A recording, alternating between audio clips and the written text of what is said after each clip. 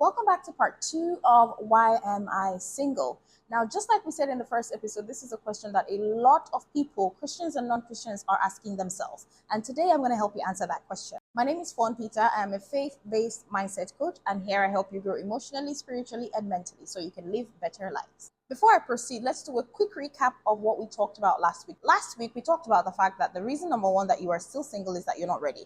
You think you're ready, but you're not really ready. A lot of people are ready to have like wives and children or have a husband or, be a wife or whatever, but they're not actually ready in true essence to be a wife. They're just ready to put a ring on it or ready to have a woman who cooks and cleans for them or ready to have children, legacy, but they're not ready to be husbands. They're not ready to be fathers. They're not ready to be present. They're not ready to do the work that it takes to be a true partner with someone, loving someone, living together, companionship, growing, serving somebody. A lot of us just want to get into the institution of marriage, status, fulfill societal expectations, personal expectations, to have someone there, to have legitimate sex, to have someone to take care of us. Like there's a bunch of reasons, but oftentimes it's not the actual real reason for marriage. So you're not really ready for that. You're ready for all the other benefits that you think comes with it. Whereas you have to first be ready for the truth of what a marriage is and what it entails for you to be able to truly, truly enjoy all the other benefits in fullness. What does it look like to be actually ready for marriage, to actually be ready for marriage? It means you've worked on yourself. You can't really focus so much on finding a good person, a good partner, having a good marriage without focusing on yourself. A lot of people are focusing on the other person, the marriage, the institution, what they expect, what they want, how they want to be treated. They're not focusing on who they are, how they treat people, how they are, how they behave, how they think, their personal traits, their internal traits, how they're growing themselves. Are you your spec? Have you developed yourself to the point that your spec is gonna like you, want you? Are you what God thinks a wife should be? Are you what God thinks a husband should be? Are you a partner that anybody would say, I am so grateful to have this person? A lot of us are not.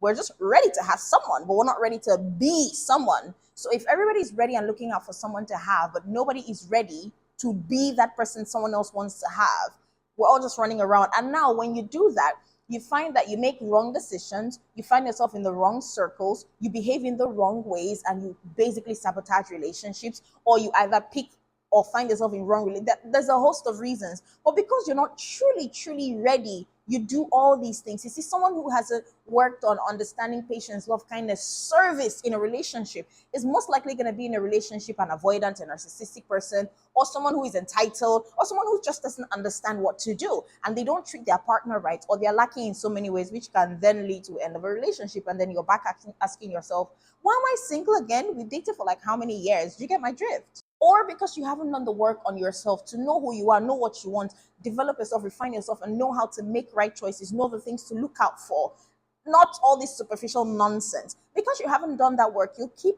picking the wrong guys, the wrong women, keep choosing to be in wrong relationships, keep thinking about horoscopes and cancer and Aries. Like you keep thinking about ridiculous things, or how much does he have? Is he told? I'm not saying that finances doesn't matter when you're getting into a marriage. I'm not saying that looks doesn't matter. I'm not saying that personality traits don't matter. First of all, we're Christians, so we don't do horoscope, okay? But there are personality traits. You have introverts, extroverts, you have phlegmatic, you have melancholic. Understanding all these things do matter, but those are not the priorities, right? A lot of people so focus on all these things and forget about themselves. They forget about the real truth, the things that really matter. When you're so concerned about, oh, he's a phlegmatic, he's a what were the other ones? I can't remember. A choleric. Well, I'm a melancholic. We can't be together. Blah blah blah blah blah. Have you asked yourself? So a phlegmatic who finds someone they think is perfect for them, if they are not developed and disciplined, if they're not working on themselves to do the right thing in a marriage, do you think the marriage will last? No. Like you can literally make someone who is perfect for you personality wise, but they're not grown, they're not mature, they're not doing the work on themselves, they're not developing themselves in a way that they know that, okay, this my trait, in as much as it is an advantage because I am with someone that it fits with. If I let it go AWOL, it'll get out of hand. So I need to be grown enough and show love and care to this person enough, serve this person enough, work on myself enough to be able to temper it when it gets into the extreme, to do what needs to be done for my marriage. And when you start thinking like that, you realize that being phlegmatic or melancholy almost doesn't matter as much, because you can marry someone who is of a personality trait that you think you cannot cope with, but because they're mature and they're surrendered and submitted to God, your marriage turns out being the best, even better than the personality traits that you would have been perfect with Are you getting my drift? That's what it means to be ready. Now let's move into number two. You are not aligned. This is the reason we're talking about for today. You are not aligned. You see, maybe you've done the work to get ready. Maybe you understood yourself. You worked on yourself. Sorry, my collar keeps. You've worked on yourself. You're getting ready. You're doing all it takes to be. You're finding that you're getting a more patient. You're becoming a more patient person. As a woman, you're understanding submission and support. You're loving it. You're ready. You know at your core that you're ready and that you would actually be a good wife, be a good husband. And this is not just, oh, I'm ready. I'm tired of the world. I'm tired of the stress. I'm tired of bad relationship. No, no, no, no, no, no. You're truly ready to the point that you know that you will not even settle for something, even though you yearn for that thing. And you have worked on yourself and you can imagine yourself in situations you know for a fact. And this is not in a superficial, fake way or a self comforting way, like I know I'm the prize, I'm it, I'm ready. No, no, no, no, no.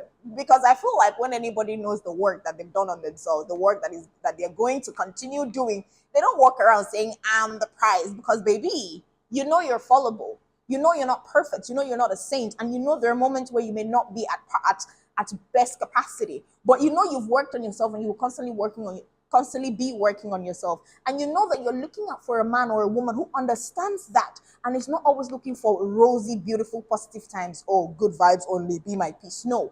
So you know that you want someone who can understand that and you can grow. I think that women like that don't walk around saying, oh, I'm the prize, I'm the table, right? It's not to say that you're not a wonderful person, but nobody is the prize in a relationship, in a marriage. Both of you are the prize. Sure gets. So let's say you have nailed all of that, right? Or you're still in the process of nailing all of that. You're understanding that you're working on yourself, you're growing. You know you're truly ready. And by the way, ready doesn't mean perfection. It means you are in the right state of mind, heart, spirit to begin a marriage and continue your perfection, because it's not a one-time perfection, but that's besides the point. So you know you're truly ready. But guess what? You're not going out. You're not having friends. You're not living your life. You're not following your purpose. You're not starting your initiatives. You're not having hobbies. You just work, home, work, home for Christians, work, church, home, work, church, home, work, church, home. Am I saying that God cannot lead you to finding your partner with work, church, home, work, church, home? Absolutely not. God is omni everything, and he can literally do that for you. I mean, your delivery man can come to your door and then obey your husband. I'm not saying it's impossible, right? But at the end of the day, God created you for a purpose. There's something he wants you to do in the world. And that is not dependent on marriage. Yes, there are milestones in the journey of that purpose that will come when you are married, but it is not the entirety of it. So God does expect you to begin living your purpose, to understand self, grow a relationship with him, evolve, do the things that he wants you to do. And this is not just for people who are into public speaking like me or into the public spaces. There are people who are working 9 to 5s and they don't feel called to this, and they're like, yo, I'm not called to like people kind of purpose thingy. I hope what I just said made sense.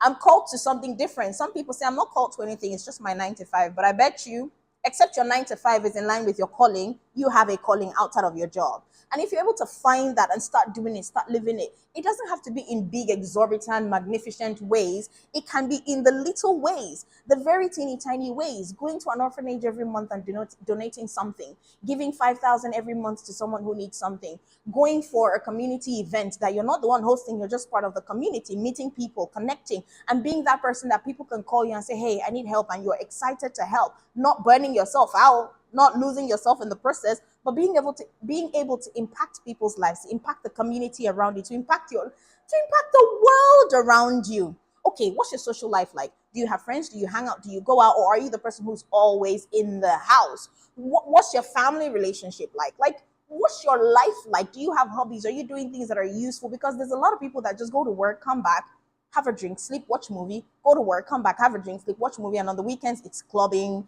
hanging out, and then they save up and go for a vacation, have friends. And your life is all about you.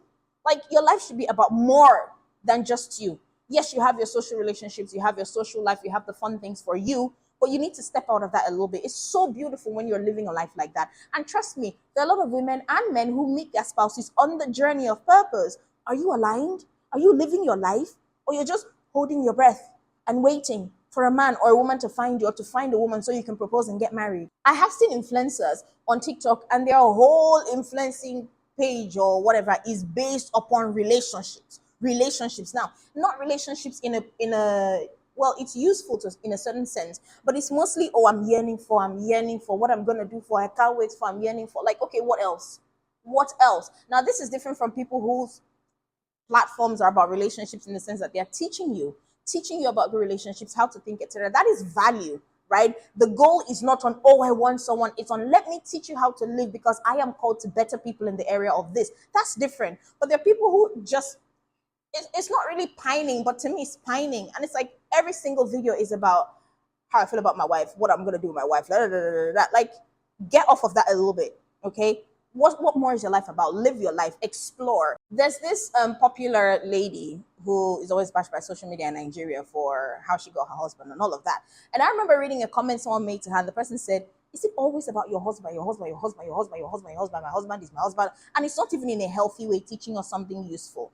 It's just coming on to praise him and act like there's nothing else in your life. Like, you're a mom, you're a daughter, like you have a career. Like, talk about something else. Teach moms how to be good moms. Like, something, just something, rather than every single day coming on to praise, sing, defend, one controversy after the other, talk about my husband and it's penny. Like, do you get what I mean? So are you aligned? I know that sometimes there'll be restrictions. For instance, I'm in a space where I cannot readily go out as much. I'm in a different country from my friends, the people I can connect with. I'm trying to find communities to connect, to build, to network. So sometimes there are restrictions. I'm not saying they're not, and I recognize that. And sometimes your personality just loves to be at home a lot more. Trust me, I'm like that. But you do have to make that extra effort. You do have to go out. You have to build a life, an actual life. You weren't born and created to just work, sleep, eat, work, sleep, eat, work, sleep, eat, work, sleep, eat. And even if you're a mom, right? Single moms, even if you're a mom, try to find a life outside of your child, outside of your children. And sometimes, like I said, there may be restrictions and you may not be able to go outside and do that. Join communities online. When I was in the UK, I joined this Bible study group that was in the US, and it was beautiful. It was wonderful, right? It wasn't physical, but I was doing something. I was a part of a community. Do those things. Beautify your life. Supplement your life with joy. Make your life full and whole. Right now, before you have a man or a woman, let God be your love. Let your family, your friends be your source of love.